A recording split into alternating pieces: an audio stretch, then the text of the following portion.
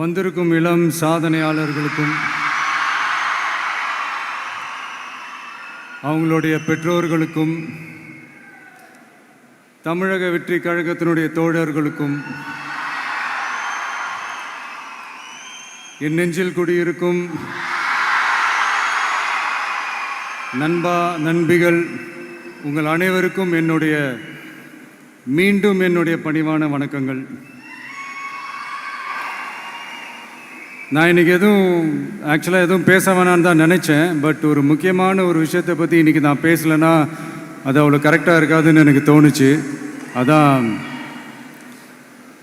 அது என்னவா இருக்குன்றது நீங்களே கெஸ் பண்ணியிருப்பீங்க. எஸ், நீட்டை பற்றி தான்.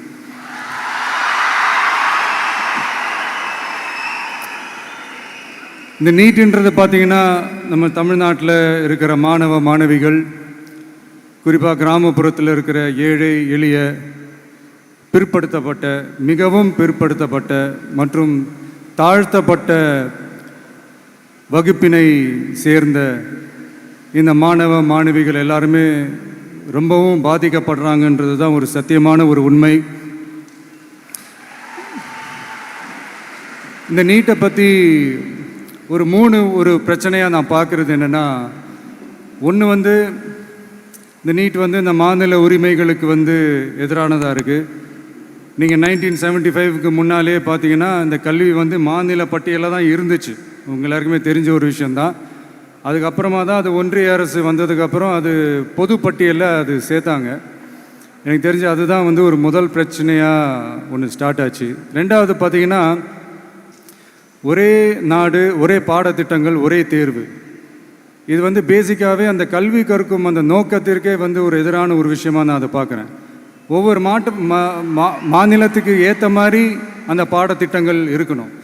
இது நான் மாநில உரிமைகளுக்காக மட்டுமே இதை நான் கேட்கல. நீங்கள் பார்த்தீங்கன்னா அந்த கல்வி முறையில் பல்வேறு கண்ணோட்டங்கள், பல்வேறு பார்வைகள், டிஃப்ரெண்ட் பர்ஸ்பெக்டிவ்ஸ்னு ஒன்று சொல்லுவாங்க இல்லையா, அப்படி அதுக்கு ஒரு முக்கியத்துவம் கொடுக்குற ஒரு விஷயமா அது இருக்கணுன்றதான் என்னுடைய பார்வை. Diversity is a strength, it is not a weakness. பன்முகத்தன்மை அப்படிங்கிறது அது ஒரு பலமே தவிர பலவீனம்னு சொல்ல முடியாது. இதில் இன்னொரு முக்கியமான ஒரு விஷயம் என்னென்னா, மாநில மொழியில் படிச்சுட்டு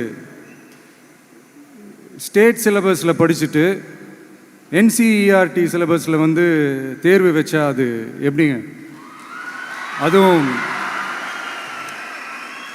கிராமப்புறத்தில் இருக்கிற மாணவ மாணவிகள், அதுவும் அவங்களுடைய மருத்துவ படிப்புக்கு கொஞ்சம் யோசிச்சு பாருங்கள், இது எவ்வளோ ஒரு கடினமான ஒரு விஷயம்னு.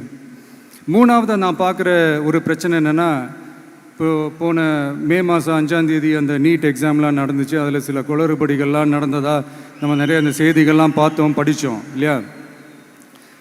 அதுக்கப்புறமே என்ன ஆயிடுச்சுன்னு பார்த்தீங்கன்னா, அந்த நீட் தேர்வுக்கு மேலே இருக்கிற அந்த நம்பகத்தன்மையை மக்கள் மத்தியில் சுத்தமாக போயிடுச்சு. இனிமேல் நாடு முழுக்க அந்த நீட் தேர்வே தேவையில்லை அப்படிங்கிறத இந்த செய்திகள் மூலிமா நாம் எல்லாருமே புரிஞ்சுக்கிட்ட ஒரு விஷயம். சரி, இதுக்கு என்ன தான் தீர்வு அப்படின்னா, நீட்டு விலக்கு தான் இதுக்கு உடனடி தீர்வு. நீட்டு ரத்து கோரி தமிழக சட்டமன்றம் கொண்டு வந்திருக்கிற அந்த தீர்மானத்தை நான் மனப்பூர்வமாக வரவேற்கிறேன்.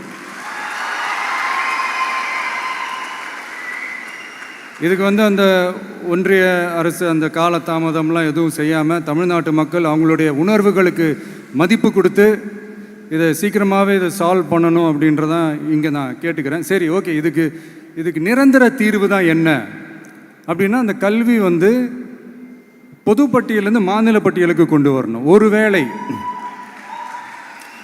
அதில் ஏதாவது சிக்கல்கள் இருக்குது அப்படின்னா ஒரு இடைக்கால தீர்வாக இந்த இந்திய அரசியலமைப்பு சட்டத்தை திருத்தி ஒரு ஸ்பெஷல் கன்கரண்ட் லிஸ்ட், சிறப்பு பொது பட்டியல் அப்படின்னு ஒன்று உருவாக்கி அதில் கல்வி மற்றும் சுகாதாரத்தை அதில் சேர்க்கணும்.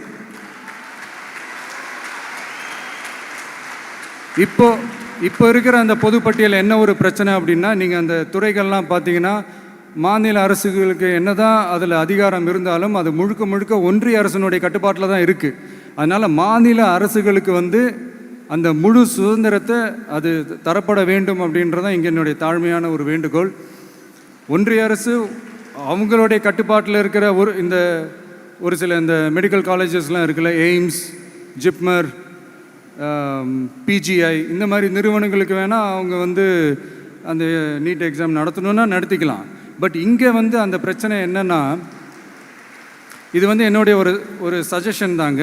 இது நடக்குமா, உடனே நடக்காதுன்னு எனக்கு தெரியும். அப்படியே நடந்தாலும் அதை நடக்க விட மாட்டாங்கன்னு எனக்கு தெரியும். ஸோ அதனால் இந்த சந்தர்ப்பத்தில் என்னுடைய சஜஷனை வந்து உங்ககிட்ட அதை நான் பகிர்ந்துக்கணுன்னு ஆசைப்பட்டேன். இதுதான் என்னுடைய தனிப்பட்ட ஒரு கருத்து நீட்டை பற்றி. ஸோ மற்றபடி வேறு ஒன்றும் இல்லை. வந்திருக்கிற என்னுடைய friends, learning is fun, education is celebration. ஜாலியாக படிங்க, ஸ்ட்ரெஸ் எல்லாம் எடுத்துக்காதீங்க. இந்த உலகம் ரொம்ப பெருசு, ரொம்ப ரொம்ப பெருசு. ஆப்பர்ச்சுனிட்டிஸ் அவ்வளோ இருக்குது, அவ்வளோ கொட்டி கிடக்கு. அதனால் ஏதாவது 1-2 மிஸ் பண்ணாலும் எதுவும் ஃபீல் பண்ணிடாதீங்க. அப்படின்னா கடவுள் வந்து இன்னொரு பெரிய ஆப்பர்ச்சுனிட்டி உங்களுக்காக வச்சுட்டு காத்துக்கிட்டு இருக்கிறாருன்னு அர்த்தம். அது என்னன்னு தேடி கண்டுபிடிங்க. கான்ஃபிடென்ட்டாக இருங்க, நல்லதே நடக்கும். வெற்றி நிச்சயம், வெற்றி நிச்சயம். மீண்டும் சந்திக்கும் வரை நன்றி, வணக்கம்.